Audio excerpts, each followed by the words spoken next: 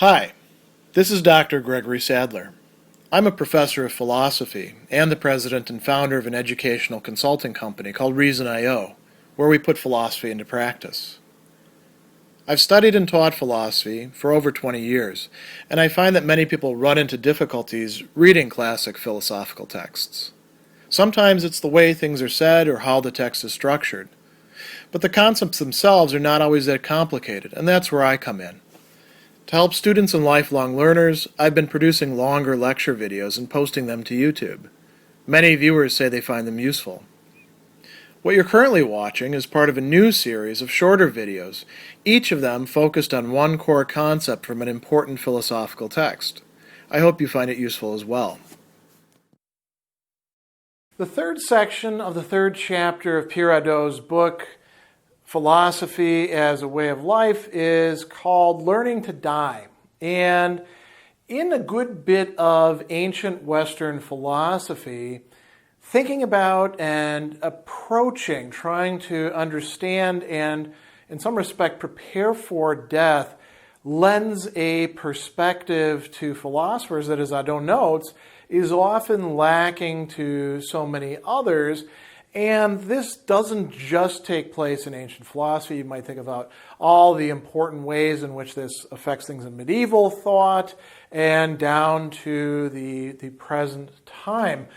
Now, he talks about philosophy as training for death, and that's a way of understanding philosophy that comes to us from Plato, but also from Socrates, Plato's teacher. And as Hadot says, here we go, Socrates' death was the radical event which founded Platonism. Now, that's an interesting thing to say. You might think about it as, oh, well, his teacher dies, Plato goes off to try to figure out how could this catastrophe happen. Okay, there's all that there. That's true, and that's been noted by other authors. But Hadot points out something else that's quite important. He says, the essence of Platonism consists in the affirmation that the good is the ultimate cause of all beings. And you might think about, the Symposium and the Republic, and then, how that could get transposed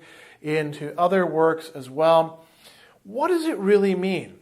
So here he turns to a 4th century Neoplatonist who says, if all beings are beings only by virtue of goodness, if they participate in the good, then the first must necessarily be a good, which, and here's the key point, transcends being. Here is an eminent proof of this. Souls of value despise being for the sake of the good whenever they voluntarily place themselves in danger for their country, their loved ones, or for virtue. That is, they place their existence at risk. They take the chance of non-being because there's something that's greater than even being or existence, and that is goodness. And we can see, examples of this not just within the Platonist movement, but within things that are being said within the Stoic movement and by people admiring them, like for example, Cicero. So this is a very important thing to note. Plato sees Socrates dying for the sake of virtue, for the sake of something that transcends life, transcends being. Obviously, it can only be, actual, existing, if it is in being, but is willing to go all the way to the end. So, like he says, Socrates exposed himself to death for the sake of virtue. He preferred to die rather than renounce the demands of his conscience, thus preferring the good above being and thought and conscience above the life of his body. Now, Hadot says at this point, this is nothing other than the, with an italics, right? So emphasizing this, the fundamental philosophical choice.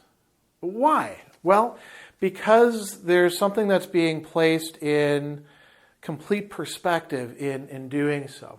Now, in the Platonic conception of this, as he notes, death is the separation of the soul from the body. The body dies, decomposes, the soul is separated, continues to live on.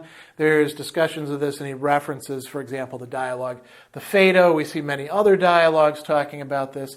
And one of the things that often gets left out is, well, what happens when we die? And here we could be misled a little bit by Plato's myths or stories about, reincarnation and the soul of some people who are really bad being put into wolves or things like that, or going to punishments. Because what happens when we're dying, when the soul is on its own, is, you could say, at least for the philosopher, the possibility of getting past individuation and being enslaved to the passion. So he quotes this portion from the Phaedo. The death in question here is the spiritual separation of the soul and the body, separating the soul as much as possible from the body, accustoming it to gather itself together from every part of the body and concentrate itself until it's completely independent and have its dwelling so far as it can, both now and the future, alone and by itself, freed from the shackles of the body. The body as a prison is another way that it's talked about in the Phaedo, right? So spiritual exercises are supposed to in some way alter the soul to prepare it for separation. He talks about this a little bit later as well, concentration of thought upon itself by means of meditation and an inner dialogue. So he brings up the Republic, once again in the context of the tyranny of individual passions. And then he tells us about the dreams. The savage part of the soul does not hesitate in thought to try to have sex with its mother or anyone else, man, god, or animal. It is ready to commit any bloody crime. There is no food it would not eat. And in a word, it does not stop short of any madness or shamelessness. So, you want to try to leave that sort of thing behind. And you could also think about the Timaeus, where the rational part of the soul is immortal, but the other parts of the soul are actually mortal and tied to the body. In the Phaedo, he describes a spiritual exercise. When a man does not go to sleep before he's awakened his rational faculty and regaled it with excellent discourses and investigations, concentrating himself on himself, having also appeased the appetitive part and calmed the irascible part, once he has calmed these two parts of the soul and stimulated the third, in which reason resides, it is then that the soul best attains to truth. So this is something that one would do each night as one gets ready to go to sleep. That would be part of the spiritual practice or exercise. Now, it's interesting because Hadot says Plato does things this way. The whole Platonist tradition is oriented around this. But we could also look at other traditions that, likewise use death as a way of putting things into perspective and don't have the sort of metaphysical, you could say, commitments that Platonists have. So we could think about two that are clearly materialist in the ancient period, Epicurus and the Epicureans and the Stoics. He also mentions Martin Heidegger, the great existentialist and phenomenologist, philosopher of the 20th century, who talks about being towards death as something central. So he tells us that, here we go, this has been taken up by such adversaries of Platonism as Epicurus and Heidegger. And then he tells us really the only people to try to attempt to look at death are philosophers. Beneath all of their diverse conceptions of death, one common virtue recurs again and again: lucidity, being straight about things, understanding how things really are. So he says, for the Epicurean, the thought of death is the same as the consciousness of the finite nature of existence, and it is this which gives an infinite value to every moment. Each of life's moments surges forth laden with incommensurable value. Then he talks about the Stoics. In the apprenticeship of death, the Stoic discovers the apprenticeship of freedom. Then he says, philosophy is still a training for death for a modern thinker such as Heidegger. For him, the authenticity of existence consists in the lucid anticipation of death, and it's up to each of us to choose between lucidity and diversion. So a number of different approaches, and he could multiply this far beyond just these four, of the Platonists, the Epicurean, the Stoic, and the Heideggerian. And he brings up three key concepts that are part of a philosophical orientation towards and preparation for death. One is realizing the insignificance of at least many human affairs. The fact that a lot of the matters that we take so seriously, like, giving the speech that we're going to give and having every single word be right and then having everybody like it and come up to us, death can take that away in an instant and render it meaningless. What is meaningful? What does survive death? What does go on? What can we have as a legacy? That's what philosophy orients us towards, whether it be, the Epicurean or the Stoic thinking about this, or whether it be Plato in the Symposium talking about our desire for immortality. So there's that. And then another key aspect is, and this is an interesting thing to say, contempt for death. Now, why would philosophers be contemptuous of this thing or non-thing that is putting everything into perspective? Because as it turns out, death is not as bad as so many people make it out to be. And by realizing that, by making that part of your perspective, you do have a freedom that many other people lack. Then he talks about a universal vision characteristic of pure thought, right? And that's something worth bringing up. A little bit earlier he says that training for death is a spiritual exercise which consists in changing our point of view. We're to change from a vision of things dominated by individual passions, that is emotions, desires, affects, individual ones, to a representation of the world governed by the universality and objectivity of thought. He says this constitutes a conversion, metastrophe, brought about with the totality of the soul. And so that is part of this universal vision, this transformation. And then Hadot says something really quite interesting. He points towards physics. And physics we typically think of as this university discipline that, looks at basic particles and might feed into chemistry or something like that. For the ancients, physics means the study of the natural world and of things that change per se. And so psychology would be part of physics, astronomy would be part of physics, all sorts of things fit into physics. Why were they so interested? He says physics itself can become a spiritual exercise when we look at it in relation to death. And then he talks about it being situated on three levels. So he says in the first place, physics can be a contemplative activity, has its end in itself, providing joy and serenity to the soul, liberating it from its day-to-day worries. This is what Aristotle is doing, talking about the contemplative life.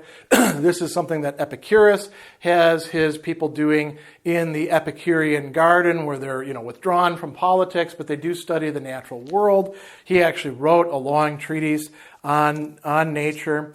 And so that's a significant part of it. Even the Stoics say, well, we can look at the universe as well.